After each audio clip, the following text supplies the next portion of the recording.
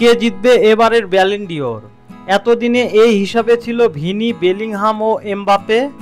এবার নতুন করে যোগ দিয়েছেন আর্জেন্টাইন সুপারস্টার লাউতারো মার্টিনেজ, তার সাথে আছে রদ্রি আর কারবাহাল।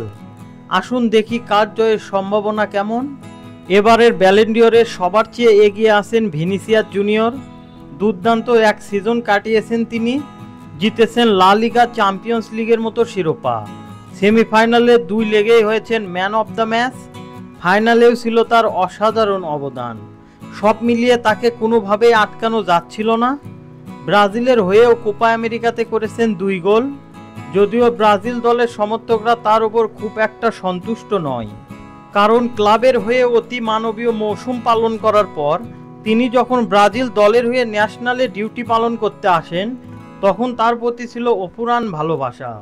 কিন্তু সেই ভালোবাসা গুঁড়ো করে আশাজনক পারফরমেন্স তো দূরের কথা, বরং তার পারফরমেন্স ছিল অসম্পূর্ণ ও হতাশাজনক। অকারণে 2টা হলুদ কার্ড দেখে উরুগুয়ের সাথে গুরুত্বপূর্ণ ম্যাচে সাসপেনশনে চলে যান তিনি, ফলে হেরে যায় ব্রাজিল। যদিও এটা নিয়ে তিনি পরে দুঃখ প্রকাশ করেছেন, কথা দিয়েছেন সামনের দিনে তিনি ব্রাজিলের হয়ে এমন কিছু করে দেখাতে চান যেন তার প্রতি মানুষ আবারও ভরসা করতে পারেন। এই সিজনে ভিনিসিয়াস তার ক্লাবের হয়ে খেলেছেন 39টা ম্যাচ, করেছেন 26টি গোল, লা লিগার 15 গোল, চ্যাম্পিয়ন্স লিগে 10 ম্যাচে 6 গোল। তাই সব কিছু মিলিয়ে ভিনিসিয়াসের ব্যালন ডিওর জয়ের সম্ভাবনা সবচেয়ে বেশি। এরপরেই নাম আসে ভিনিসিয়াসের সতীর্থ বেলিংহামের। ছেলেটা মাত্র বছরখানেক হলো মাদ্রিদে এসেছেন, এরই মধ্যে অত্যন্ত সুন্দরভাবে মানিয়ে নিয়েছেন দলের সাথে, হয়ে উঠেছেন মাঠের প্রাণভোমরা, পাশাপাশি ড্রেসিং রুমের মধ্যমণি। রিয়াল মাদ্রিদ ভক্তরা ইতিমধ্যে তাকে ভালোবেসে বরণ করে নিয়েছেন। এই সিজনের শুরুতে ভিনিসিয়াস ছিলেন অনুরুদ্ধ। ইনজুরির কারণে দলের সাথে একটা লম্বা সময় খেলতে পারেনি তিনি। সেই সময় দলকে যেভাবে আগলে রেখেছিলেন বেলিংহাম, সে কথা সবারই জানা।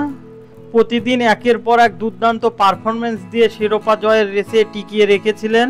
বেলিংহাম লা লিগায় 28 ম্যাচে করেছেন 19 গোল, চ্যাম্পিয়ন্স লিগে 11 ম্যাচ খেলে করেছেন 4 গোল। সব মিলিয়ে ক্লাবের হয়ে তার গোল রয়েছে 23টি। পাশাপাশি ইউরোতে তার পারফরমেন্সের জন্য অনেকেই তাকে এগিয়ে রেখেছেন। এছাড়াও এবারের ব্যালন ডিওরের তালিকায় উঠে এসেছেন আর্জেন্টাইন সুপারস্টার লাউতারো মার্টিনেজ। আর্জেন্টিনার হয়ে কোপা আমেরিকায় অসাধারণ পারফরমেন্সে এবং টপ স্কোরার হয়ে শিরোপা জেতানোর পরেই তার নাম উঠে আসে। কোপা আমেরিকায় 6 ম্যাচ খেলে করেছেন 5 গোল।